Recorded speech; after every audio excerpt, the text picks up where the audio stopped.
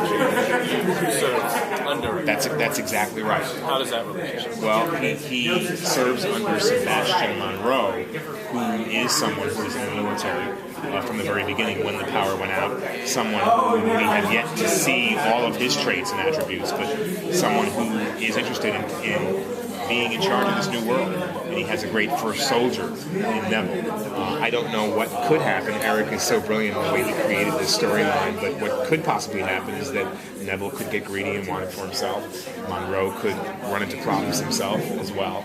But I think right now, although we've never seen them together yet, they possibly are a very good team. Did you ride in on a horse on the pilot? I sure did. Boy, I'm so excited to be riding a horse. I'm a guy who grew up on westerns, between westerns and Flash Gordon, and I think this show that kind of reflects the nature of what the show could be like. Because in a way, without power, you have to go back to some very organic and very natural ways of living, yet you have to be futuristic in your thinking in terms of what the world could become. But I love horses, and I can't wait to be riding that pony really fast. Have you started shooting the next episode? We start on Monday. Oh, do you? Yes, yeah. We've all had to relocate or try to find ourselves getting to Wilmington, North Carolina, and many of us are still looking for places to live and places to stay. But we took this time off to come out here to Comic-Con because the show has will have such a great Comic-Con following.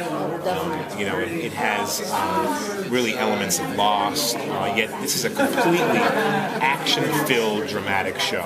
So although we have storylines that are about relationships between people, and I've taken, as you've probably seen the pilot, I've taken hostage Danny to be able to get to someone else, another relative of his, and so it's being chased and chasing at the same time, trying to find more information and people, yet also holding someone hostage so I can get that information and use that as use him as a pawn when I need it.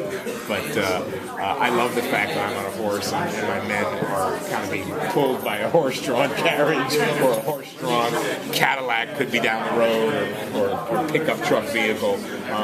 It leads to us to think about what could happen if something like this. We're all dependent on all of our technology, and I was saying earlier, we have cell phones, and many of us don't remember our home phone number anymore, or even our mothers, because all we have to do is hit mom, or hit Charles or Joan, and I think that weakens our mental capacity, that weakens our ability to think and to be able to think clearly for ourselves and strengthen that muscle. So when you don't use that muscle, it goes away.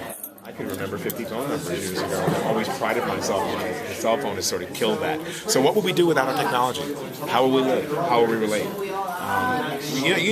You've all been in this situation, right? You wake up one morning and you're thinking about a dear friend of yours or a relative, whether it be your mother, father, daughter, whoever it is. You're thinking about them so very strongly.